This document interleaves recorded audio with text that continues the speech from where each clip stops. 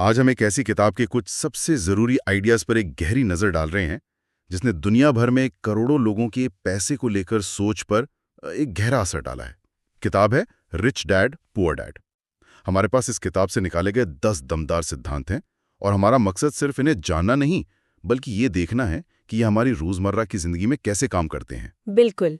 और इस चर्चा की शुरुआत में ही ये साफ कर देना जरूरी है कि ये किताब कोई रातों रात अमीर कैसे बने वाले फॉर्मूलों के बारे में नहीं है। इसका असली फोकस दो चीजों पर है। अच्छा। पहली, पैसे की समझ यानी फाइनेंशियल एजुकेशन, और दूसरी, पैसे को लेकर हमारी मानसिकता मतलब हमारा माइंडसेट। ये बताती है कि असली दौलत बैंक में नहीं, दिमाग में बनती है। चलिए तो फिर इसी दिमाग में बनने वाली दौलत से ही शुरू करते हैं। किताब का पहला और शायद सबसे बड़ा आइडिया है, अमीर पैसों के लिए काम नहीं करते, पैसा उनके लिए काम करता है। अभी सुनने में तो बहुत अच्छा लगता है, लेकिन हम सब तो यही सुनकर बड़े हुए हैं कि खूब मेहनत करो, अच्छी नौकरी पाओ और सैलरी से जिंदगी चलेगी। ये किताब तो इस पूरी सोच को ही पलट देती है। हाँ, और यही सबसे बड़ा फर्क है। एक जो नौकरी पेशा इंसान है वो पैसा कैसे कमाता है? अपना समय देकर, अपना समय और अपनी एनर्जी बेचकर। और ये दोनों ही चीजें लिमिटेड हैं। आप एक दिन में 24 घंटे से ज्यादा काम नहीं कर सकते, है ना? ऐसा ही बात है। लेकिन अमीर लोग इस रास्ते पर चलते ही नहीं। वो अपना समय बेचने के बजाय एक ऐसा सिस्टम या एसेट बनाने पर फोकस करते हैं जो उनके बिना भी 24 घंटे सातों दिन उनके लिए पैसा बनाता रहे। मतलब उन्होंने पैसे को अपना कर्मचारी बना लिया है। बिल्कुल, खुद कर्मचारी नहीं बने। ठीक है, तो अगर पैसों को अपने लिए काम पर लगाना है तो इसका मतलब है कि ऐसे सिस्टम या एसेट्स बनाने होंगे। लेकिन ये मिलेंगे कहाँ? ज्यादातर लोगों की पहली शिकायत तो यही होती है कि मेरे पास तो कोई मौका ही नहीं है, या शुरू करने के लिए पैसे नहीं है। हाँ, एग्जैक्टली। और यहीं पर मानसिकता का असली खेल शुरू होता है, जो हमें सीधे 8वें सिद्धांत पर ले आता है। ओके। अमीर लोग मौके ढूंढते हैं, जबकि गरीब सिर्फ बाधाएं देखते हैं। जब कोई मुश्किल सामने आती है तो एक दिमाग कहता है ये नहीं हो सकता, बहुत रिस्क है, मेरे पास पैसे नहीं है। ये दिमाग तो दरवाजे बंद कर देता है। बिल्कुल। वहीं दूसरा दिमाग पूछता है, अच्छा ये मुश्किल है तो इसे कैसे किया जा सकता है? इसे करने का कोई और तरीका क्या हो सकता है? हाँ, या कौन मेरी मदद कर सकता है? ये क्यों नहीं हो सकता से कैसे हो सकता है तक का सफर है। मतलब अफसर कहीं बाहर नहीं होते, वो हमारे देखने के नजरिए में ही होते हैं। बिल्कुल। जब आपका दिमाग ये मान लेता है कि कुछ संभव है तो वो अपने आप समाधान खोजने लगता है। वो ऐसे रास्ते देख पाता है जो बंद दिमाग को कभी नजर ही नहीं आते। और इसी सोच के साथ हम 10वें सिद्धांत पर पहुंचते हैं, जो इस पूरी नींव को एक साथ बांधता है। और वो क्या है? अमीर बनने से पहले अपनी सोच में अमीर बनो। ये बात मुझे बहुत दिलचस्प लगती है। सोचिए, दुनिया की हर बड़ी चीज, कोई बड़ी कंपनी हो, कोई नया आविष्कार हो, वो बनने से पहले क्या थी? सिर्फ किसी के दिमाग में एक आइडिया। हाँ, दौलत भी पहले बैंक में नहीं, दिमाग में बनती है। सही कहा। तो इन तीनों सिद्धांतों को जोड़कर देखें। जब आप ये मानते हैं कि पैसा आपके लिए काम कर सकता है, ये हुआ सिद्धांत 1। ठीक है। तो आपका दिमाग अवसर खोजना शुरू कर देता है। ये है सिद्धांत 8। और ये अवसर खोजने वाली मानसिकता ही असल में अमीर सोच है, जो कि सिद्धांत 10 है। तो ये एक तरह से नींव है। हाँ, ये वो नींव है जिस पर वित्तीय आजादी की पूरी इमारत खड़ी होती है। तो एक बार जब ये मानसिक नींव तैयार हो जाए, तब आते हैं व्यवहारिक ज्ञान और क्लेस पर। किताब का दूसरा सिद्धांत कहता है, शिक्षा जरूरी है, लेकिन फाइनेंशियल एजुकेशन उससे भी ज्यादा जरूरी है। ये बात शायद थोड़ी चुभ सकती है, पर किताब का तर्क है कि हमारे स्कूल कॉलेज हमें बेहतरीन डॉक्टर, इंजीनियर या मैनेजर बनना सिखाते हैं। मतलब एक अच्छा कर्मचारी बनना सिखाते हैं। हाँ, लेकिन पैसा मैनेज करना, उसे बढ़ाना, ये हमें कोई नहीं सिखाता। और इसी फाइनेंशियल एजुकेशन की भाषा के 3 सबसे जरूरी शब्द है, एसेट, लायबिलिटी और कैश फ्लो। इसे थोड़ा आसान भाषा में समझाएंगी? जरूर। सीधी भाषा में एसेट वो चीज है जो आपकी जेब में पैसा डालती है, लायबिलिटी वो चीज है जो आपकी जेब से पैसा निकालती है, और कैश फ्लो? और कैश फ्लो ये बताता है कि पैसा किस दिशा में बह रहा है, आपकी तरफ या आपसे दूर। इसे और भी आसान बनाता है तीसरा सिद्धांत, एसेट और लायबिलिटी का फर्क समझो। ये इतना सीधा सा नियम है, लेकिन हम अक्सर इसे लेकर धोखा खा जाते हैं। धोखा इसलिए खाते हैं क्योंकि हमें लगता है कि जो चीज महंगी है और हमारी है वो एसेट है। और यहीं पर मध्यम वर्ग की सबसे बड़ी गलती होती है। जैसे?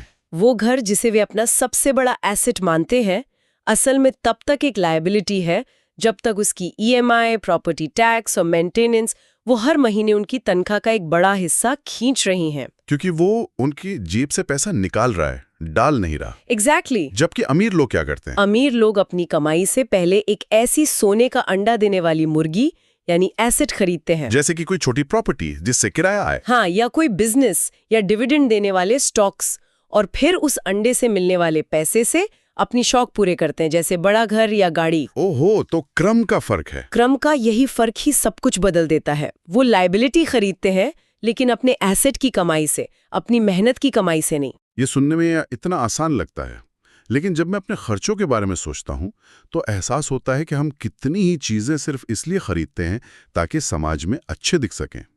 वो लेटेस्ट फोन, वो बड़ी गाड़ी।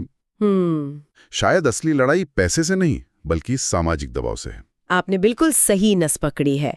फाइनेंशियल एजुकेशन सिर्फ गणित नहीं है, ये साइकोलॉजी और भावनाओं को समझने का खेल भी है। और इसी समझ से जुड़ा है 5वां सिद्धांत, जो आज के जमाने में बहुत जरूरी है। कौन सा? नौकरी सुरक्षा नहीं देती, स्किल्स देती है। ये बात तो आज हर कोई महसूस कर रहा। बिल्कुल। कोई भी नौकरी हमेशा के लिए नहीं होती। कंपनियां आती हैं, जाती हैं। असली सुरक्षा किसी कंपनी के नाम में नहीं, बल्कि आपके अपने हुनर में है। आप क्या क्या कर सकते हैं, कितनी जल्दी नई चीजें सीख सकते हैं, यही आपकी असली दौलत है। इसीलिए एक ही स्किल पर निर्भर रहना आज सबसे बड़ा जोखिम है। आपके पास जितनी तरह की स्किल्स होंगी, जैसे बेचना मतलब सेल्स, अपनी बात रखना मतलब कम्युनिकेशन, लोगों को मैनेज करना, हाँ, पैसे की समझ, बाजार में आपकी कीमत उतनी ही ज्यादा होगी। ये वो स्किल्स हैं जो हर इंडस्ट्री में काम आती हैं। और इसी सोच को और ताकत देता है 9वां सिद्धांत, काम पैसे के लिए नहीं, सीखने के लिए करो। खासकर करियर की शुरुआत में उस नौकरी को चुनना ज्यादा समझदारी है जहां सीखने को बहुत कुछ मिल रहा हो, भले ही सैलरी थोड़ी कम क्यों ना हो। बिल्कुल, क्योंकि वो अनुभव और वो स्किल्स एक ऐसा निवेश है जो वक्त के साथ कंपाउंड होता है। आज की कम सैलरी वाली नौकरी में सीखी गई एक स्किल आपको 5 साल बाद इतनी बड़ी छलांग दे सकती है जो ज्यादा सैलरी वाली नौकरी कभी नहीं दे पाती। सही बात है। तो इन सभी व्यावहारिक बातों का निचोड़ ये है कि पैसे की समझ सिर्फ थ्योरी नहीं है, ये सही फैसले लेने की कला है। ये अपने समय और ऊर्जा को उन स्किल्स को सीखने में लगाने के बारे में है जो भविष्य में आपके लिए मूल्य बनाएंगी। ठीक है, तो हमने मानसिकता और व्यावहारिक ज्ञान की बात कर ली। अब चर्चा को एक और लेवल ऊपर ले जाते हैं, उन्नत रणनीति और भावनात्मक नियंत्रण। चौथा सिद्धांत कहता है, डर और लालच पर काबू पाओ। मुझे लगता है कि पैसे से जुड़े हमारे ज्यादातर गलत फैसलों के पीछे यही 2 भावनाएं होती हैं। इसमें कोई शक नहीं। डर हमें फुसफुसाता है, रिस्क मत लो, पैसा डूब जाएगा, जो है उसे बचाकर रखो। इस डर की वजह से लोग अच्छे मौके गवा देते हैं। और दूसरी तरफ है लालच। हाँ, लालच चिल्लाता है, जल्दी अमीर बनो, ये स्कीम तेरा पैसा 1 महीने में डबल कर देगी। और इस लालच में लोग बिना सोचे समझे ऐसी जगह पैसा लगा देते हैं जहां नुकसान लगभग तय होता है। लेकिन ये कहना आसान है कि भावनाओं पर काबू पाओ। जब शेयर बाजार गिर रहा हो और सारा पैसा डूबता दिख रहा हो तो डरना तो स्वाभाविक है। कोई कैसे उस डर पर काबू पा सकता है? बहुत अच्छा सवाल है, और इसका जवाब डर को खत्म करना नहीं, बल्कि डर के बावजूद सही फैसला लेना है। और ये कैसे होता है? ये होता है ज्ञान से। अमीर लोग जोखिम से बचते नहीं हैं, वो सोच समझकर, गणना करके जोखिम लेते हैं, जिसे हम कहते हैं कैलकुलेटेड रिस्क। अगर आपने अपना होमवर्क किया है, आपको पता है कि आपने एक अच्छी कंपनी में निवेश किया है जिसकी बुनियाद मजबूत है, तो बाजार का गिरना डर का नहीं बल्कि और खरीदने का एक मौका बन जाता है। डर अज्ञानता से पैदा होता है और लालच शॉर्टकट की चाहत से। ये बात तो समझ आती है, लेकिन एक और चीज है जो हमेशा आम आदमी की कमाई को कम कर देती है, टैक्स। ऐसा लगता है कि हम जितना भी कमाएं सरकार का हिस्सा पहले ही कट जाता है। क्या अमीरों के साथ भी यही होता है? यहीं पर एक बहुत बड़ा फर्क है, और शायद किताब का सबसे विवादास्पद 6ठा सिद्धांत भी है। ये कहता है कि टैक्स का सिस्टम सबके लिए एक जैसा काम नहीं करता। मतलब? इसे बिना किसी पक्षपात के समझना होगा। एक सामान्य नौकरी पेशा इंसान पहले कमाता है, फिर सरकार को टैक्स देता है और फिर बचे हुए पैसों से खर्च करता है। और अमीर या यूं कहें कि व्यवसायी और निवेशक इसका उल्टा करते हैं। वो अपनी कंपनी के जरिए पहले कमाते हैं, फिर खर्च करते हैं, जैसे कर्मचारियों की सैलरी, ऑफिस का किराया, यात्रा का खर्च, और फिर जो मुनाफा बचता है उस पर टैक्स देते हैं। तो ये सिस्टम को समझने का खेल है, उसे तोड़ने का नहीं। बिल्कुल। कॉरपोरेट कानून व्यवसायों को अपने जरूरी खर्चों को आय से घटाने की इजाजत देते हैं ताकि अर्थव्यवस्था में पैसा घूमता रहे। ये सिस्टम की समझ है, शिकायत नहीं। और ये समझ तभी आएगी जब आप लगातार सीखते रहेंगे, जो हमें सीधे 7वें सिद्धांत पर लाता है। पैसा तभी बढ़ेगा जब आप सीखते रहोगे। या जैसा किताब में कहा गया है, सीखना बंद तो कमाना बंद। आज की दुनिया में ज्ञान की एक्सपायरी डेट बहुत छोटी हो गई है। बिल्कुल। इसीलिए किताबें पढ़ना, नए लोगों से मिलना, मेंटर्स बनाना, ये सब शौक नहीं, जरूरत है। अंत में अगर हम इन सभी 10 सिद्धांतों को देखें तो ये एक चेन की तरह एक दूसरे से जुड़े हुए हैं। सब कनेक्टेड हैं। हाँ। एक अमीर मानसिकता यानी सिद्धांत 1, 8 और 10 आपको लगातार सीखने, मतलब सिद्धांत 7, और स्किल्स हासिल करने के लिए प्रेरित करती है। बिल्कुल, जो सिद्धांत 5 और 9 है। ये ज्ञान आपको एसेट और लायबिलिटी का फर्क समझाता है। सिद्धांत 2 और 3 सही। और ये समझ आपको डर और लालच पर काबू पाने में मदद करती है, जो सिद्धांत 4 है।